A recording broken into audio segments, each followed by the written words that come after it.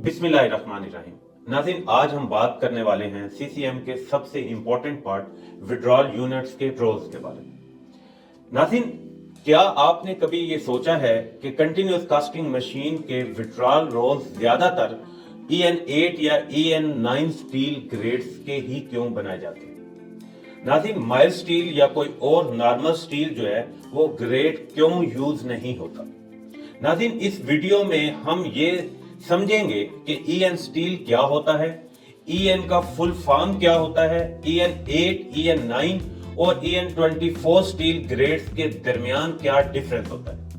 नाज़रीन, वीडियो को एंड तक जरूर देखिएगा ताकि आपको कंप्लीट और क्लियर अंडरस्टैंडिंग मिल सके। नाज़रीन, अगर आप चैनल पर नए हैं तो वीडियो को लाइक करें और चैनल को सब्सक्राइब करें। नाज़रीन, कंटिन्यूस कास्टिंग मशीन में mould jacket, mould table, alignment rolls और विड्रॉल रोल्स बहुत ही इंपॉर्टेंट और कॉस्टली पार्ट्स होते हैं। इन पार्ट्स की मैन्युफैक्चरिंग में वेल्डिंग, मशीनिंग और अलाइनमेंट का बहुत ख्याल रखा जाता है।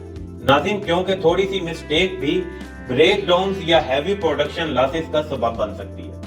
नाज़रीन, EN स्टील यूरोपियन स्टैंडर्ड्स को शो करता है जो मैकेनिकल स्ट्रेंथ और रिलायबिलिटी के लिए जाना जाता है। नाज़रीन, EN ग्रेड स्टील इंडस्ट्री में ज्यादातर उन जगहों पर यूज किया जाता है जहां लोड, वेयर और कंटिन्यूअस ऑपरेशन होते हैं, जैसा कि स्टील प्लांट में CCM पर विड्रॉल रोल्स हैं। नाज़रीन, अगर हम EN8 स्टील की बात करें तो EN8 स्टील एक मीडियम कार्बन स्टील होता है जो मॉडरेट स्ट्रेंथ और अच्छी टफनेस प्रोवाइड करता है। नाज़रीन, ये स्टील मशीनरी पार्ट्स जैसे शॉफ्ट्स, एक्सेल्स, बोर्ड्स और कुछ केस में विड्रॉल रोल्स के लिए यूज होते हैं। नाज़रीन, यहाँ लोड मीडियम लेवल का होता है। नाज़रीन, EN8 स्टील में कार्बन 0.36 से 0.44% तक होती है जो बेसिक स्ट्रेंथ जो है वो देती है।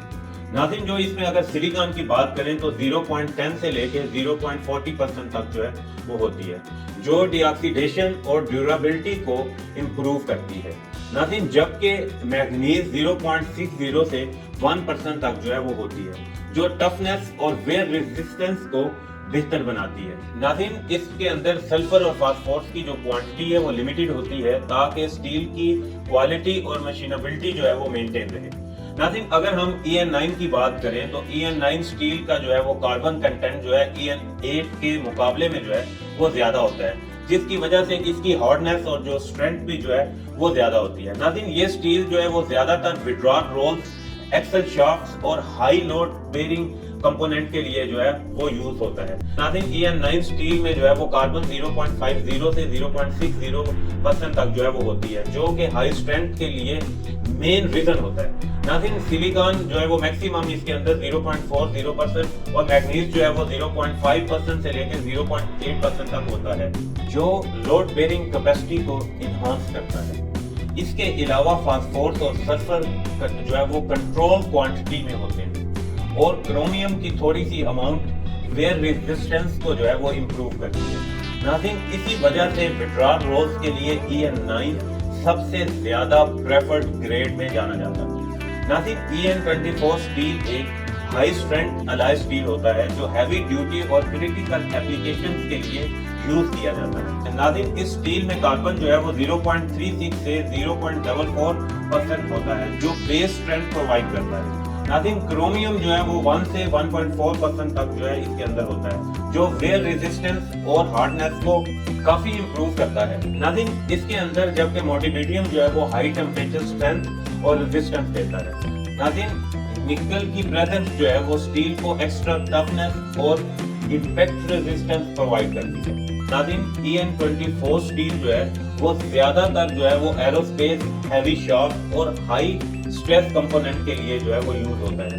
नाज़रीन, जबकि विड्रॉल रोल्स में इसका यूज तब होता है जब जो है वो एक्सट्रीमली हैवी लोड और लॉन्ग लाइफ जो है वो रिक्वायर्ड हो, तो तब इसके अंदर जो है वो EN24 का जो है वो यूज होता है। नाज़रीन, अगर हम फाइनली विड्रॉल रोल्स की बात करें तो प्रैक्टिकल और इंडस्ट्री एक्सपीरियंस के मुताबिक EN9 जो स्टील है वो सबसे ज्यादा जो है वो सूटेबल और रिलायबल ग्रेड है। नाज़रीन, ये स्टील हाई लोड, वेयर और कंटिन्यूअस ऑपरेशन वो इजीली हैंडल कर लेता है।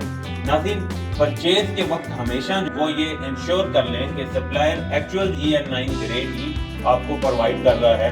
नाज़रीन, क्योंकि कुछ लोग जो है वो EN8 और EN9 कहकर इसको जो है वो सेल कर देते हैं, इसलिए जो है वो ड्रिलिंग टेस्ट या प्रॉपर जो है वो मटेरियल की वेरिफिकेशन जो है वो जरूर करें। नाज़रीन, एंड तक मैं ये उम्मीद करता हूँ कि आपको हमारी बाकी वीडियोस की तरह ये वीडियो भी इंफॉर्मेटिव और हेल्पफुल लगी हो।